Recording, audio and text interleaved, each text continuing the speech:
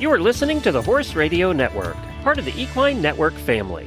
This is episode 134 of the Wisdom by Wessa show on the Horse Radio Network. This is Mike Donnell. And this is Sofia Yagela. Welcome to Wisdom by Wessa on the Horse Radio Network, part of the Equine Network family. This podcast is brought to you by the Western and English Sales Association, WESA, which provides the world's largest trade events for retailers, manufacturers, and sales representatives of the equine industry. In this podcast, we feature exclusive interviews with noteworthy Western English personalities, retailers, and exhibitors who you've always wanted to talk to. Don't miss out on all the news for manufacturers and retailers in the equine industry. Usually, this is the part in the podcast where Casey has some questions on behalf of the Western community. But this time, we're actually going to answer a couple of questions that buyers recently wrote in.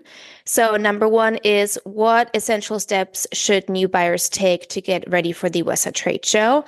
And first, we mentioned this a bunch of times, but of course, head over to westsitradeshow.com to set up your buyer account and complete the application. And then dive into researching exhibitors to really plan out your must-visit stops. And then lastly, we do recommend for you to book appointments with exhibitors to really just make sure that you get the most out of your time and you don't have to wait around. The second question is, how can attendees best utilize WESA's tools and resources for a smooth visit? So the WESA directory is definitely your ultimate guide, and you can pick it up on site if you haven't received one yet. It offers all of the detailed information about the show and the exhibitors, the schedules, and of course the floor plans. And then the WESA Trade Show app will be your best friend for any real-time updates. So if we have any new exhibitors that signed up just recently, those will be on the app. And of course, you can also use the app to find exhibitors easily. And again, the search by product category is a new feature that I'm super excited about. So definitely make sure to use that.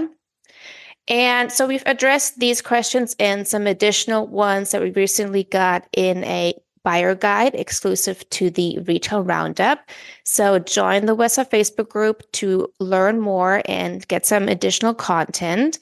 Again, this group is called the Retail Roundup, and the buyer guide was just posted today. So take a look. Jennifer Anderson learned to sew as a child and had a fondness for leather as a material. After many years-long let's start that over. Sure thing. Let's go ahead and take that on a take two. You ready to go? Yeah. All right. Jumping on in 3, 2, 1. Jennifer Anderson learned how to sew as a child and had a fondness for leather as a material.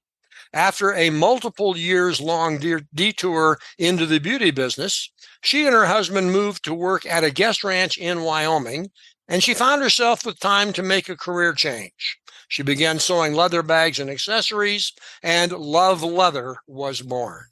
She joins Wisdom by Wessa today to tell us more. Jennifer Anderson, thanks so much for taking the time to chat with us here on the Wisdom by Wessa show. Thank you. We're certainly glad to have you. And for our listeners, a couple of things. Jennifer's company is called LovLeathers. That's LovLeather. It's a company that she's been dreaming about for a long time and finally got started. Why don't we start off by telling our listeners what Love Leather is and the kinds of products you produce? Then we'll go to the backstory, you, Wyoming, the guest ranch, all that good stuff, and everybody will know all about you. Yeah, that sounds great. So Love Leathers, and you were actually right. You were right. It is Love Leathers, and there's with an leathers S, plural. Yes, it is plural. I was right and didn't know it? You were right. Yeah. Son of a gun. Anyway. But yeah, it's actually, LOV, no E there. So that gets confused a lot of the time too. But the LOV actually stands for Lady of Valleys. So I live in a mountain valley. So that's where that came from. I produce mostly handbags. I do a little bit of jewelry work from time to time, but I transitioned more predominantly into the handbag business just a few years ago. So that's mainly what my focus is and what I make. Now, you learned to sew as a child. I did. Take us from there to LovLeathers, because you had a detour into a totally different business and then Yeah. life took you a different direction. But as I recall, when you learned to sew, you kind of had an affectionate feeling for leather back then. Yeah, so my mom is a seamstress and she has crafted her whole life, and it's definitely in my blood. I was always kind of making things, creating things as a child, and then I was put into sewing classes when I was in 6th and 7th grade. Definitely more making like garments, sweatshirts, aprons, small like home goods. I fell in love with it. Never knew it was going to be what I do every single day today, but I I actually always carried the skill. My mom kept me sewing and I learned how to crochet as well. So I was always doing something very tactical with my hands pretty much my whole life. And didn't really know who I wanted to be or where I wanted to go, but I went to college and I had an English degree. I actually thought I was going to be a writer. I love to write, I love to read. And out of college, I learned actually how hard it was to get a job in writing. And when I was in college, I was kind of pushed into journalism and newspaper writing at the time. That was when, social media didn't exist, really online magazines, nothing existed in that world yet. And I actually went into the beauty industry directly out of college. I just fell into a job. I worked at a massive salon and spa, actually out in Kirkwood, Missouri, where I went to go visit my sister. And I still was in a very creative industry. The salon industry is full of artistic, creative people. So it kind of felt like home to me. Again, a very tactical job. Fashion's involved, beauty's involved. So I fell in love with it. And I actually ended up being in it for going on, I was in it for 16 plus years. So, and I kind of did everything from answering phones to being out with guests, selling product. And then I ended up managing. I ended up getting my esthetician license, again, using my hands, doing facials and learning all of that. Then I went to go work for a corporate product company. I was out in the field doing field sales. I had about 50 accounts in Colorado and Wyoming. And the year of, was 2011. Me and my husband got an opportunity to come to Wyoming. He was in culinary school. He was becoming a chef. And we got a call that the company that he works for was building a guest ranch in Wyoming. And so we drove up to Wyoming to come see it. And my husband, very different from me, grew up in the country. He comes from a farming family, and his whole family farmed. He farmed, and he was very much in the agricultural world as a child and raised hogs and knows all those things. And we actually met in Greeley, Colorado at UNC, University of Northern Colorado. So we both kind of came from different sides of the tracks, but he taught me all things kind of agricultural. And I became friends with a lot of his family and his friends who were all country boys and all farmers. And so I kind of fell in love with that side of the world that I had never experienced before because I grew up right outside of Denver. But anyhow, so we came to Wyoming. We actually decided to move up here, and he got the job as the executive chef at Brush Creek Ranch in Wyoming. I started out in sales and I was doing all kinds of stuff. Had obviously come from a salon and spa background, but there was a spa director still working there. But then eventually I moved into that role, and it's a very seasonal job. I didn't know what to do in the winters, especially in Wyoming, because they're very different than Colorado. And so I kind of just started picking up little pieces of crafting ideas. And I really fell in love with just the Western community and lifestyle and being around leather and saddles and horse tack and all of those things. And I really was just drawn to leather in a lot of different ways. There's a prison. This is a kind of funny story, actually, in Rollins, and they actually teach leather work to some of the people just as a therapeutic way to deal with things. And they would sell some of the purses that these people would tool from the prison in Saratoga, and I would find them and just marvel at the, technicality of tooling leather. So anyway, I kind of started, just tinkering around with leather jewelry, and then I eventually started picking up tooling, and I tooled leather, and then I started hand sewing leather and dyeing leather and working more with kind of all different facets of it in the winter time because I had nothing else to do here. And I started getting on Etsy and kind of selling some things. And then people in town would want to buy stuff. And then I had guys on the ranch asking me for knife sheaths and all kinds of stuff. And I just honestly, it kind of found me. I don't think I found it. It kind of fell into my lap. And then we actually moved back to Denver in 2014. We kind of needed a break from Wyoming. The winters were really hard up here for me. And I actually got busier in Denver. I took a little bit of a different job in field sales at the time for a company, but I was still doing leather on the side in my spare bedroom, learning, dyeing leather and painting leather and just really kind of picking up. I would go to Tandy Leather on the weekends in Westminster, Colorado, and they would just help me with a ton of different things and classes. And I still have a relationship with them to this day. They're one of the foundations of why I still love leatherwork and why I kind of got into it professionally. I built a really good relationship with them. And gosh, we decided to move back to Wyoming in 2018. Denver was just, we really missed Wyoming. We missed being away from the hustle and bustle. And then my husband actually got the opportunity to come back here into a little bit of a different position at the ranch. And so in 2018, I did one more season at the ranch as a spa director. I was still doing leather on the side. I was still trying to make it, happen and doing my little projects.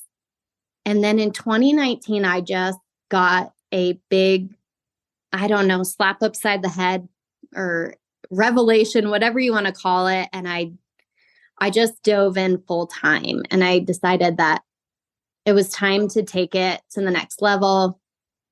And and then I just did. So I had kind of grown out of the world that I was in. And I think I realized that coming back up here, I had just kind of done everything that I wanted to do in that industry.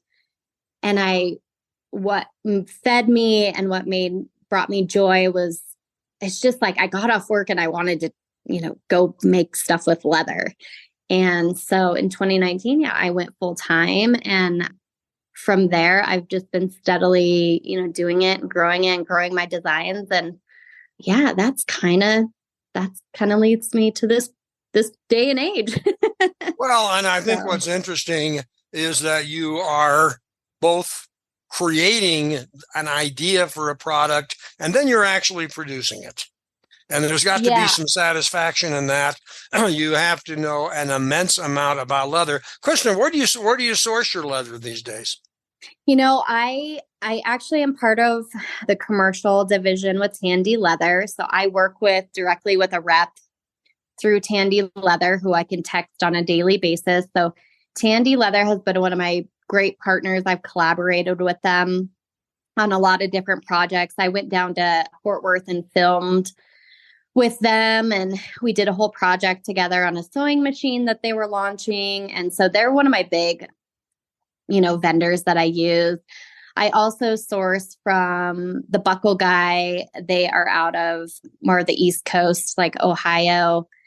I work with a guy actually in Italy. His name is Luca. He's hilarious. And he sources some of my a little more Italian calf skins that are very, very unique. So Rocky you have Mountain multiple leather. sources you can go. And Yeah. do you envision the type of leather you want as you're creating a design, or can you create the design out of any leather, or how does that work? Yeah. So I really honed in. I mean, I did all kinds of different leather. So I used to do a lot more tooling. I used to carve leather and tool leather. And then because I worked with my hands majority of my life, I just couldn't sustain what it did to my hands. I have carpal tunnel basically at this point. And so when I was starting to choose what leather I really wanted to work with, I fell in love deeply with cowhide heron hides. So I work a lot with cowhide heron, and then I work a lot with Italian vegetable tanned leather. It took me a long time, to be honest. It's a really good question. What leathers I wanted to work with, what worked with my designs. And it came from the designs, like how does it bend? How is it stiff? Does it wrinkle? There's so many different facets of it. So and I feel like I do that still. I still am looking and kind of sourcing different leathers based on what the design is going to be of the bag. But most of my bags are more of a structured design.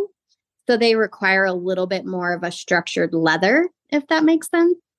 Sure, it does. And the next question coming along, if someone comes to you with an idea for a bag they want that's going to just be theirs, can you produce to their design, or is everything doing now your own design, or can you customize?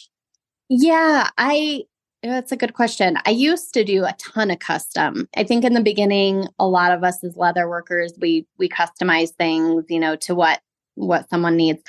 I do a little bit of both. I've kind of gotten out of a lot of custom work. I do a little more like made to order. So I have my particular designs, let's say. So for instance, I have one of my main designs is called the Pioneer bag. It's a very classic style saddle type bag design. I can customize the color. Do they want a different lining? Do they want the strap? So I'll do little tweaks to it, but I don't do a lot of custom work anymore. Okay. Sadly. Okay. Well, and I know that you have been seen at WESA. So Yeah. Want to chat just WESA. a little bit? We are the Wisdom by WESA show. So my question is, for someone doing what you do, where does your visits to WESA and the availability of WESA become an asset for LovLeathers? Well, I will tell you, I didn't know anything about WESA back in the day, but I learned about WESA in 2017. Gosh, no, maybe 2016, 2017. And I used to go to the Western Summit. It was held by like the Boutique Hub with Ashley Alderson. I don't know if you know who she is, but they used to hold like a boutique. It was boutiques and makers all in the Western kind of industry. And then there was another girl, Thea Larson, who used to hold a Women in Western conference at the same time WESA happened way back when in Denver. And that's how I got introduced to WESA. So I would go around and meet either different people in the industry or accounts, influencers. That's how I got introduced to WESA. And I think people just seeing me there. I think the visibility, I would just meet people face to face. And I did work with a couple different vendors from WESA on some belt buckles when I was doing belts, Weaver Leather Supply. And so for someone like me, I think, gosh, in the industry, I think it's just a great source of, finding all kinds of different people from different facets of the industry. Because, WESA is different things to different people. Yeah. For brands that are marketing to and through the Western world and the retailers who are looking for that, you're marketing mostly on your own through your website, but clearly the ability for you to tap into the resources and the creativity and the support of other people now that you're committed to the Western world in your own particular niche, that's a role that WESA can play there. So we're always finding people who look at WESA as a source for different types of support. And, it was fun to talk with you because, you're now focusing full time on your love. That's LOVE. I think love WESA can mean a lot of things. But, we're glad you came on the show and chatted a bit about your relationship. And you've certainly had an interesting path to go from, from the beauty world to the guest ranch world, and then out and then back in again. And finally woke up one day and said, I was born to be a leather worker and make neat things. And it sounds like you're enjoying it immensely. And we're happy with that. That's great. Yeah. I think one of the biggest things I found when I was working out at the guest ranch, there was a little bit of I come from a world where things are cool, one of a kind items, and guests were always looking for that when they're coming out to Wyoming. They want to take something home, something Western that they can take back to the city. And it can transition between being super Western or not so Western. Like they can take it back to their city, because a lot of these people, they come out here and they kind of want to dress up like a cowboy or a cowgirl for a weekend. And so I met a lot of those people that fell in love with it for, at the ranch. And a lot of these women, they didn't, where are they shopping? Where are they buying, one of a kind items? Where are they getting their stuff to dress that way? And for instance, I do pop up bag bars out there now. I have a great relationship. Obviously, my husband still works out there, but I will find that one woman who lives in, West Palm Beach, Florida, that probably has nothing Western in her closet. And she will take home a bag from me and, love it and use it the whole week she's here and be able to take it home and probably wear it in Florida. So that is kind of, my passion too, is, getting some people, because I'm a city girl. I didn't grow up in ag. I rode some horses when I was younger, but I didn't grow up in the Western industry. So that's, it's part of LovLeathers. I fell in love with it. I fell in love with, the community, and the community actually really embraced me, even though I don't know a lot or didn't know a lot. I know a lot more now. I'll bet you do. Tell me, do you have a lot of repeat business? I do. Yeah. And it's funny because it comes from all over, a lot of California. I mean, California actually, there's a lot of people with horses out there in agriculture world too. So, but I get business from all over East Coast, a lot from Texas, and Texas is one of my big states. Wyoming, of course, Colorado, but I kind of sell all over the place. And yeah. Well, that's great. And, it's fun to talk to entrepreneurs in this business. Everybody has a different story to tell. Everybody has a different way they got into the Western world and the equine world. Certainly yours is one of those interesting stories. And we talk to people, try to draw out what that was that influenced them and excited them and rewards them about being part of our community. And clearly you're a great case history for that. And we appreciate you taking the time to chat with us. Well, I appreciate you guys for asking me to chat about my story. It's fun to tell. It helps me, remember why I'm doing what I'm doing too. Well, that's great. Okay. Thank you so much for taking the time with us. Thank you. Show notes and links from today's show can be found at wisdombywesa.com. And of course, we'd always love to hear your feedback. There is a contact link on that website. The Wisdom by Wessa show will be published on the 15th and 30th of every month. You can listen on most of your favorite podcast players. You can also listen on wisdombywessa.com. Be sure to visit all great shows on the Horse Radio Network at horseradionetwork.com. Wessa, where the industry meets.